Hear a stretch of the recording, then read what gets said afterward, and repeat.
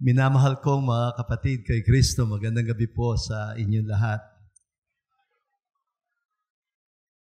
At happy fiesta po sa lahat ng miyembro ng Virgin of the Our Lady of Peace Mission Station dito sa Letre sa Malabon. At bagong lahat, nais ko magpasalamat kay Father Luis Duarte, ang ating mission chaplain dito sa Letre, dito sa Birhen ng Kapayapaan, sa pag-anyaya sa akin na makapamunong muli sa pagdiriwang ng banal na misa. Kasama ang ating mga misyonero servidores de la palabra, misyonerong paglingkod ng salita ng Diyos. Sana ho merong makapagkwento sa inyo kung bakit ba ang kapilyang ito ay ipinangalan sa mahal na Birhen ng Kapayapaan, na mas kilala bilang ang Birhen ng EDSA at pinagdiriwang sa araw mismo ng pagbabalik ng demokrasya at kalayaan sa Pilipinas noong February 25, 1986. Nang maganap sa EDSA ang tinatawag nating People Power Revolution. Alam niyo ho, isang maningning na sandali yon sa kasaysayan ng Pilipinas na sa kasamaang palad ay nakakalimutan na ng maraming mga Pilipino. Pati nga yung dating piyesta opisyal para gunaitain ang araw na ito ay nawala na rin. Sana naman maibalik. Kung hindi man maibalik, mananatili ang February 25 sa alaala ng simbahan dahil ito'y laging ipagdiriwang ng Shrine of Our Lady of Peace na magiging national shrine. Dahil kahit ang kasalukuyang gobyerno natin ngayon ay kumikilos sa otoridad ng konstitusyon ng 1987 na ibinunga ng EDSA People Power na naging susi sa pagbabalik ng demokrasya matapos ang 14 na taon ng dictatorship. At naganap ang sandaling ito sa EDSA noong nag-attempt na maglunsad ng isang kudeta ang Reformed Armed Forces of the Philippines sa pamumuno noon nina Enrile at Ramos laban sa Marcos dictatorship. Pero alam na natin ang nangyari, nabuking sila at nagsipagtago sa Camp Crame. At noong alam nila na wala na silang ligtas at lulusubin na sila ng militar na loyalist kay Marcos noon, nanawagan ang Arsobispo ng Maynila, si Jaime Cardinal Sin, para pumunta ang mga mamamayan doon sa EDSA at magdasal para hindi matuloy ang madugong sagupaan. Kung hindi dumating ang mga tao, baka dumanak o bumaha ng dugo sa may Camp Crame noon. Pinakiusapan ang bayan na magdasal para sa tulong ng mahal na Birhen para malutas ang krisis ng gobyerno noon sa isang mapayapang paraan. At nagdagsaan nga ang mga Pilipino doon sa EDSA.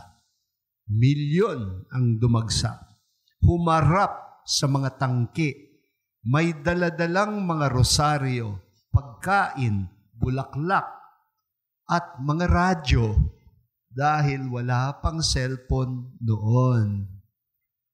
Ang instruction ay sinusunod nila mula kay June Kitley sa Radyo Veritas. Sinara noon ang Radyo Veritas, pero naging radyo bandido sila at basta na lang naririnig pa rin ang Radyo Veritas kahit pinadlock na ang istasyon. Maraming hindi nakakaalam na ang kalsada na pinangyarihan ng mapayapang revolusyon na naganap noong February 22 hanggang 25, 1986, ang kalsada ay kanino pinangalan? Epifanio de los Santos Avenue. Sino si Epifanio de los Santos? Sino ba sa inyo nakakakilala kay Epifanio de los Santos? Wala. Alam ba ninyo na siya'y isang bayaning isinilang at lumaki sa Malabon? Bakit hindi nyo siya kilala? Taga Malabon kayo. Nag-aral siya sa mga Jesuita ng Ateneo at sa mga Dominicans ng University of Santo Tomas. At siya'y nagpakadalubhasa at naging abogado noong panahon pa ng Kastila. Isa siya sa mga matatalinong mga bayani ng unang revolusyon na nagtapos sa gobyernong kolonyal ng mga Kastila sa Pilipinas noong 1898. Naging miyembro siya ng Malolos Congress na nagbuo ng unang konstitusyon na nagsilang ng demokrasya sa ating bansa. Pero naudlot ang kalayaan na yon dahil sa pananakop naman ng United States of America sa Pilipinas at hindi tayo nagkamit muli ng kalayaan until 1946. Alam niyo ho, napakalaki ng iniambag ni Ginoong Epifanio de los Santos sa pagtatatag ng pundasyon ng kasarinlan at demokrasya sa ating bansa. Lubhang ipinangalan sa kanya ang buong kahabaan ng dating Highway 54. Yung medyo may edad na sa inyo, alam nila ang Highway 54. Talagang kalsada ito ng mga bayani. Kaya, bago siya natawag na Highway 54, ay tinawag din siyang Avenida 19 de Junio. Ano bang 19 de Junio? Hindi ho. Ang June 12, kalayaan. 19 de Junio. June 19. Birthday ni Jose Rizal ng ating pambansang bayani. Hindi siguro aksidente na ang pangalan na pinangyarihan ng People Power Revolution na nagpabagsak sa dictatorship at nagpabalik sa demokrasya ay mayroong kahulugan. Epifanio de los Santos. Sa English, Epiphany of the Saints. Sa Tagalog, ang pagpapakita ng mga banal. Noon, naging malinaw sa atin na ang salitang banal at bayani, ang kabanalan at kabayanihan ay laging magkaugnay. Ang kabanalan na walang kabayanihan ay pagbabanal-banalan lamang. Ang pagpapakabanal na walang kabayanihan o walang konkretong malasakit sa kapakanan ng bayan ay walang kinalaman sa Diyos. Kahit madasalin pa ang tao, kung wala siyang malasakit sa kanyang bayan, baka hindi tamang Diyos ang dinadasalan niya. Kaya angkop na angkop ang pangalang ibinigay sa kalsadang ito. Dahil ang mga nagpakita noon sa EDSA ay mga taong nagsantabi muna ng takot at ng sarili nilang kapakanan. Nagpakita sila ng lakas ng loob at tapang. Biro nyo, humarap sila sa mga tangke at baril. At alam nila na sa isang iglap, basta may magpaputok lang ng isang baril, yun ang simula ng gyera sa dalawang puwersa. Nagpagitna ang mga tao. Pero hindi politika, hindi ideolohiya ang nagpatapang, nagpalakas ng loob sa kanila, kundi ang pananampalataya at pag-ibig sa bayan. Akala siguro nyo, noong pandemya lang nauso ang community pantry. Alam nyo ho, nauso na rin yun sa EDSA. Ang mga tao nagdala ng tubig na maiinom at ng iba't ibang klaseng pagkain. Libre lahat, ibinabahagi noong mismong mga tao na dumadagsa sa EDSA.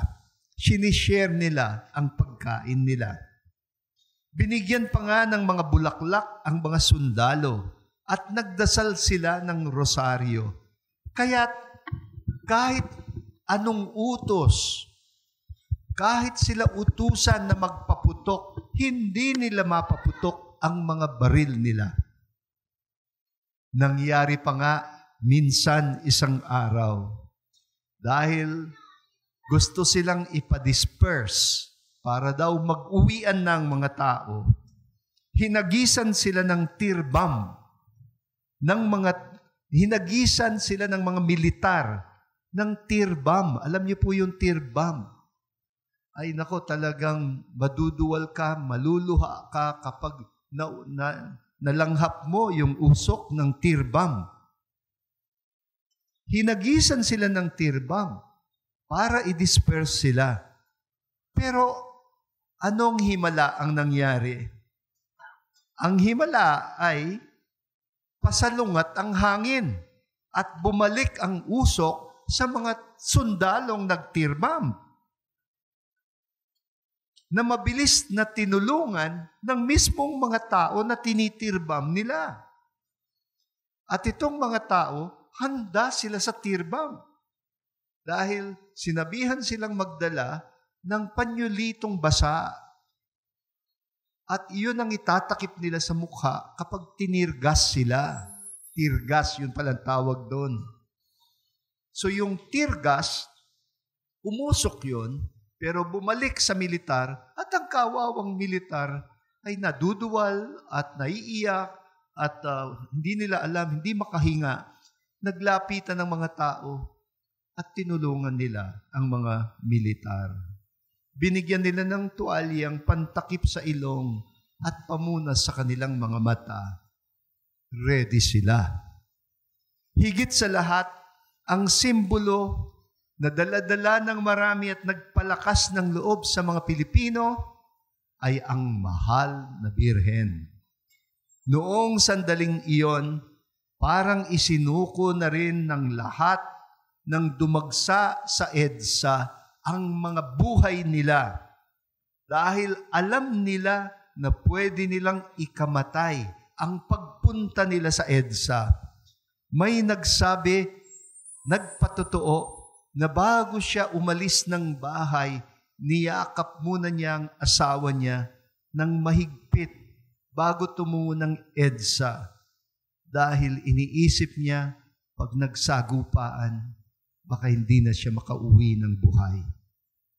May mga dinala ang buong pamilya, pati mga anak nila, para daw kung mamamatay, sama-sama na.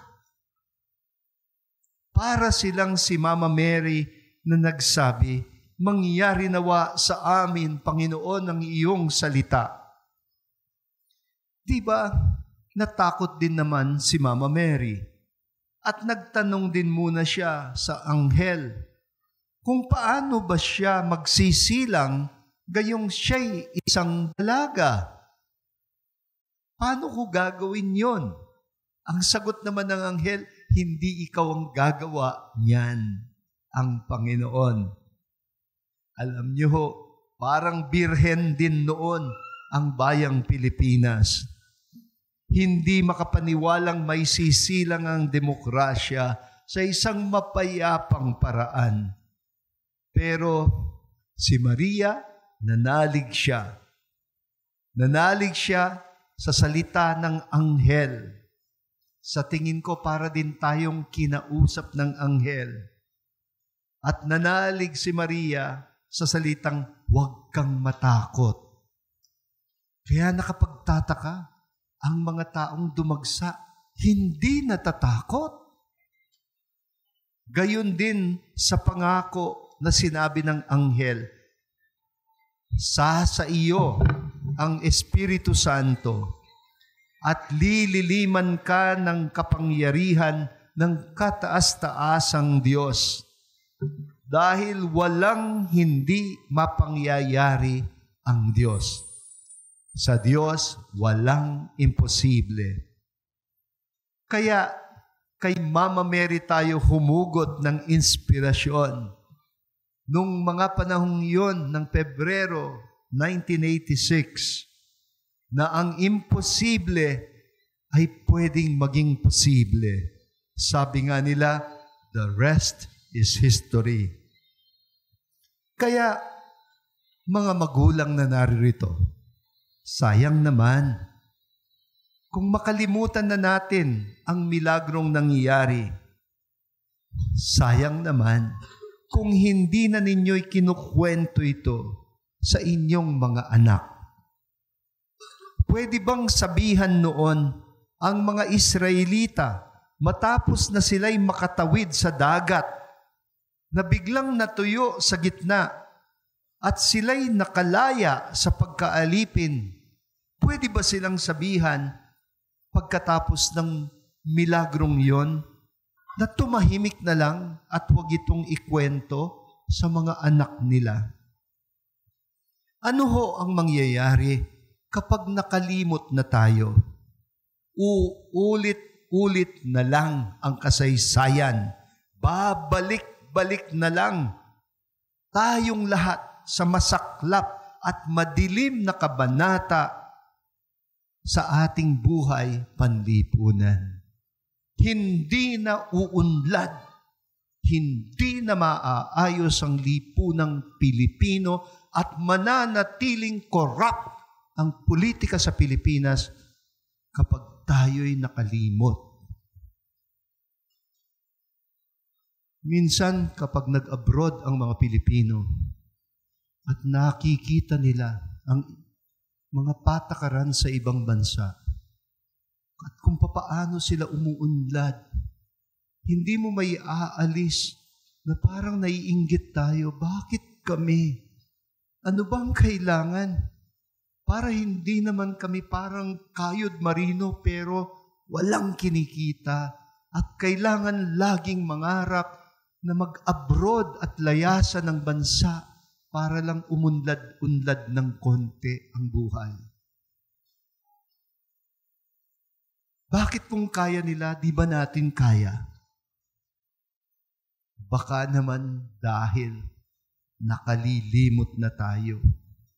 Gusto ba natin na sabihan tayo ng Diyos dahil ang inyong mga alaala ay madaling lumimot? Di ba may kasabihan tayo, ang hindi daw marunong lumingon sa pinanggalingan ay hindi makararating sa paroroonan. Wala tayong ipamamanang kinabukasan sa susunod na henerasyon kung hindi natin maitaas, kung hindi natin maimulat ang mga bata at kabataan tungkol sa ating kasaysayan. kung hindi natin siseryosohin ang kanilang edukasyon, kung hindi natin sila tuturuang mag-isip, huwag po natin silang hahayaang mabudol at mabiktima ng disinformation. Hindi lahat ng nakikita nila sa social media ay totoo. Kung noong una, ang literacy programs ay laging may kinalaman sa pagtuturo, sa pagsusulat at pagbabasa at pagbibilang, na nung bata ako'y tinatawag na 3 R's, reading, writing, and arithmetic. Yan pa rin naman, kailangan pa rin yan. Ngayon, nakakalungkot kapag high school ng bata, hindi pa rin marunong magbasa. Graduate pa, pero walang natututunan. Hindi ba masaklap yon para sa mga magulang? Ngayon, bukod sa reading, writing, and arithmetic, kailangan na rin natin ng digital literacy at matalinong paggamit ng artificial intelligence. Kung hindi, baka bumaliktad. Ang robot ay magiging parang tao, pero ang tao magiging parang puppet na lang. Gusto ba nating mangyari yon? Gusto ba natin na tumalino ang mga robot at mabobo naman ang mga tao? Hindi lang impormasyon ang kailangan ng ating mga kabataan. Hindi sapat ng edukasyon ay informative. Kailangan din ng edukasyon ay performative at higit sa lahat, transformative. Nagbabalita ng bago, pero nagpapabago at nakapagpapabago. Kung ang nanay ni Jesus, si Mama Mary, ang naging simbolo ng EDSA at nagdala ng kapayapaan, nanay din naman ang paborito nating larawan ng ating inang bayan, di ba?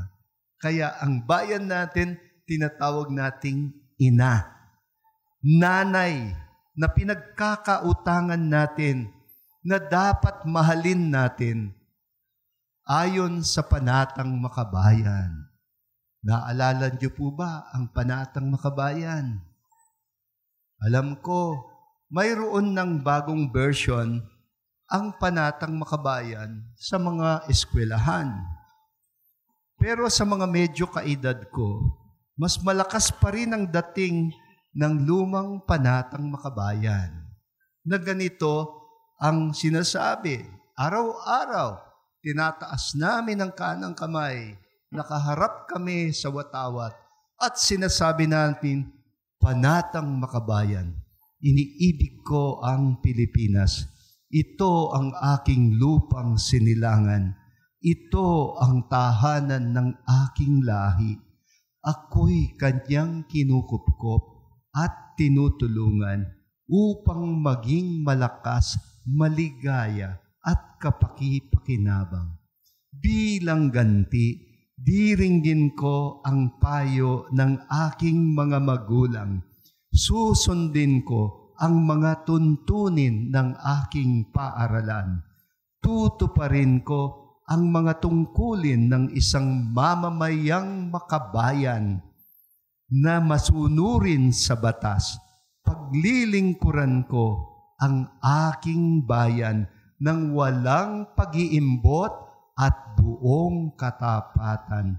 Sisikapin kong maging isang tunay na Pilipino sa isip, sa salita, at sa gawa. Amen.